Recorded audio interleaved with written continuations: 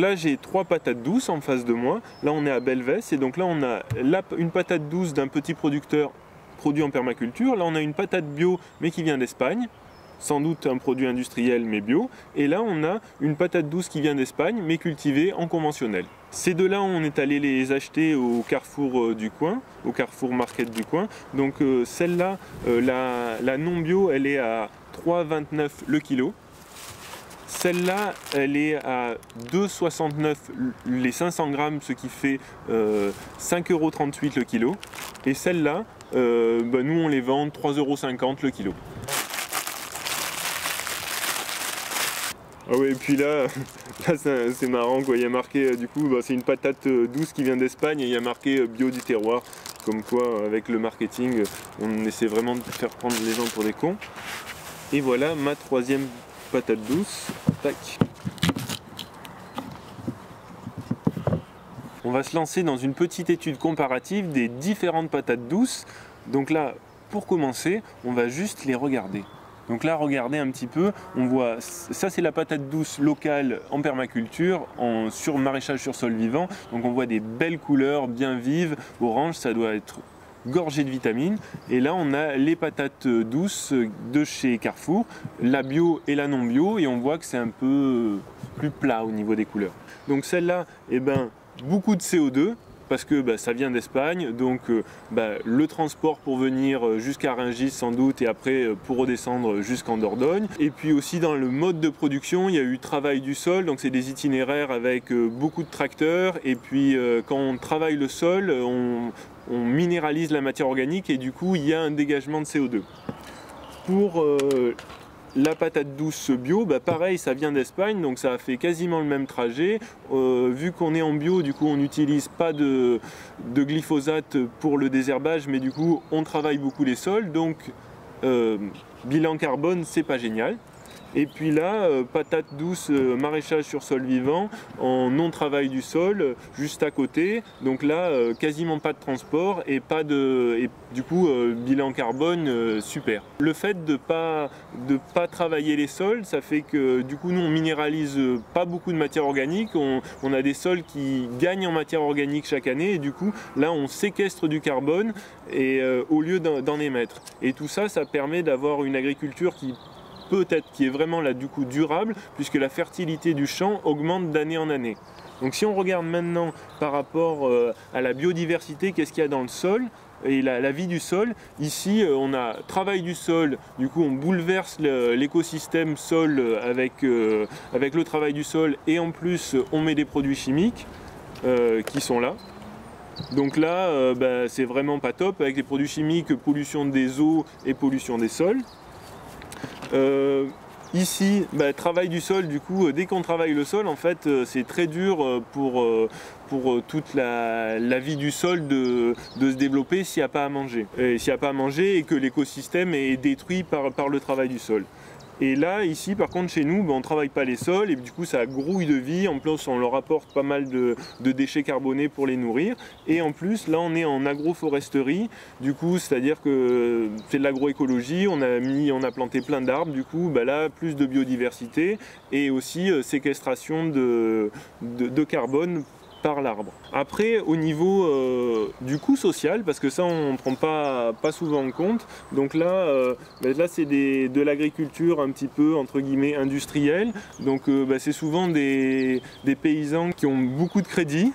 Des fois, après on fait appel à des main d'œuvre qui coûtent le moins cher. Donc là aussi, en Espagne, c'est souvent on fait appel à de la main d'œuvre marocaine qui coûte pas cher, avec là aucune sécurité sociale. Et puis en plus, là on est en Espagne, mais en France, il faut savoir qu'il y a presque 2 agriculteurs qui se suicident chaque jour. Donc au niveau social, c'est pas génial, quoi. C'est-à-dire que quand on bosse énormément et qu'on est acculé par les dettes, et des fois ça se finit mal. Et donc là, pour la patate en bio, en fait, c'est exactement pareil, c'est exactement le même modèle de production, à part que là, on ne met pas de produits chimiques dans les sols, ce qui est déjà pas mal, mais c'est pas tout. Et pour le dernier cas, là, sur la patate douce produite en maraîchage sur sol vivant ou en permaculture, et ben là on a un agriculteur qui est au moins fier de faire son boulot. Ça a du sens de produire des légumes sains tout en respectant l'environnement et en travaillant dans un cadre de vie qui est beau, parce que finalement c'est nous les paysans qui construisons les paysages. Et donc là on a parlé que de la manière dont c'était produit les patates douces, mais c'est aussi, il faut imaginer que là on va avoir une petite ferme qui est mignonne et qui fait un joli paysage, et là on a des surfaces entières de monoculture avec plus aucun arbre, et c'est plutôt triste à regarder, quoi. On va maintenant regarder un dernier truc, c'est l'eau, parce que l'eau c'est peut-être un des trucs qui va être le facteur limitant dans les productions agricoles. Donc celle-là, produite en Espagne, alors là, à mon avis, elle a été bien arrosée. Ça, c'est l'irrigation, c'est pour symboliser l'irrigation de la culture. Donc là, plein d'arrosage, là aussi. Alors là, ça arrose quasiment tous les jours, je pense, en été. Et celle-là, elle a été produite sans arrosage, sans irrigation, c'est-à-dire que seule l'eau de pluie qui est tombée a suffi à faire pousser ces patates douces. Après, il y a un truc qui est intéressant aussi à noter, c'est que souvent on a tendance à critiquer le bio, disant oui, le bio, il n'y a pas les rendements. Mais ce qui est intéressant de voir, c'est que nous, cette année, on a fait péter les rendements sans irrigation et sans produits chimiques. Donc là, un dernier point qui est important pour quand on veut regarder différents produits, c'est la qualité du produit. Donc ça, c'est un réfractomètre Brix qui est utilisé pour les vignerons, entre autres par les vignerons, pour voir les taux de sucre qu'il y a dans un produit. Donc là on a mesuré sur chacune des patates douces le taux de sucre qu'il y avait, et donc pour la patate douce en conventionnel qui vient d'Espagne, on a eu 11%. Pour celle qui vient d'Espagne et qui est en bio, on a eu 9% de taux de sucre, et pour la nôtre, on a eu 13% de sucre. Donc là on a un produit où il y a plus de sucre, donc il y a plus à manger. Donc quand on voit le prix, c'est aussi la qualité du produit qu'il y a derrière, et ça, faut bien le prendre en compte. Donc après avoir vu les trois modes de production, on aurait tous envie de dire mais pourquoi on ne produit pas ce type de patates douces partout ?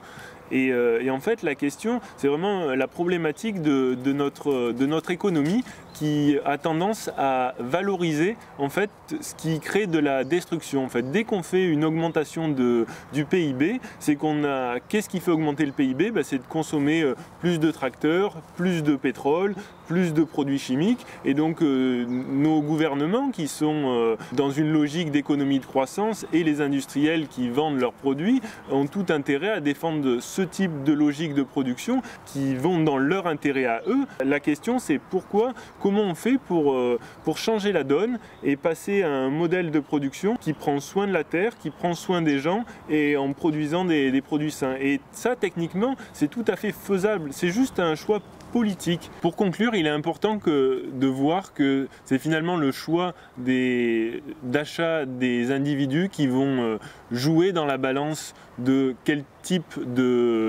d'agriculture on va développer, mais aussi à un niveau politique de voir en fait quand la PAC subventionne massivement ce type d'agriculture, et ben ça crée vraiment un désavantage. C'est vraiment très difficile pour que ce type d'agriculture se développe. On voit qu'il y a un effort de beaucoup de citoyens pour acheter ce type de produit, mais qu'à un niveau macroéconomique, on continue à subventionner toujours ce type d'agriculture, et tous les discours là de la nouvelle ministre de l'Environnement et de la Transition écologique, qui a utilisé aussi les termes de externalité, etc. Finalement, elle ne savait pas de quoi elle parlait. Il faut faire en sorte, par exemple, que les agriculteurs soient rémunérés pour des services environnementaux. C'est-à-dire si ils cultivent des haies, si bref, tout un panel. D'un autre côté, il y a l'État qui laisse en compétition cette petite agriculture avec cette agriculture industrielle qui a une somme d'externalités vraiment néfastes pour la société, et du coup qui coûte de l'argent à tout le monde. Là, on a vraiment, c'est vraiment central dans les choix de société qu'est l'agriculture, et j'ai été assez surpris de voir qu'aux dernières élections présidentielles, il y a eu vraiment très peu de candidats qui ont parlé d'agriculture. Pourquoi l'agriculture n'est pas au centre de toutes les questions politiques? Et bien ça, c'est une grande question, parce que l'agriculture, c'est la santé, l'environnement, entre guillemets le réchauffement climatique, la planète, mais aussi la qualité de vie des agriculteurs, la qualité de vie de tous les gens, parce que si on est en mauvaise santé, finalement ça influe directement sur la qualité de vie, mais aussi sur le manger des bons produits, c'est quand même un plaisir, c'est important. C'est vraiment triste que ce soit relayé en dernier truc, ou c'est un truc d'élitiste pour les bobos, ou pour les gens qui ont les moyens, ou sinon c'est accessoire, annexe à des logiques économiques qui sont devenues totalement dénuées de toute humanité, qui sont juste dans une logique comptable pour essayer de maximiser un profit qui est basé sur la destruction de notre environnement, de notre planète, de nos traditions et de notre culture.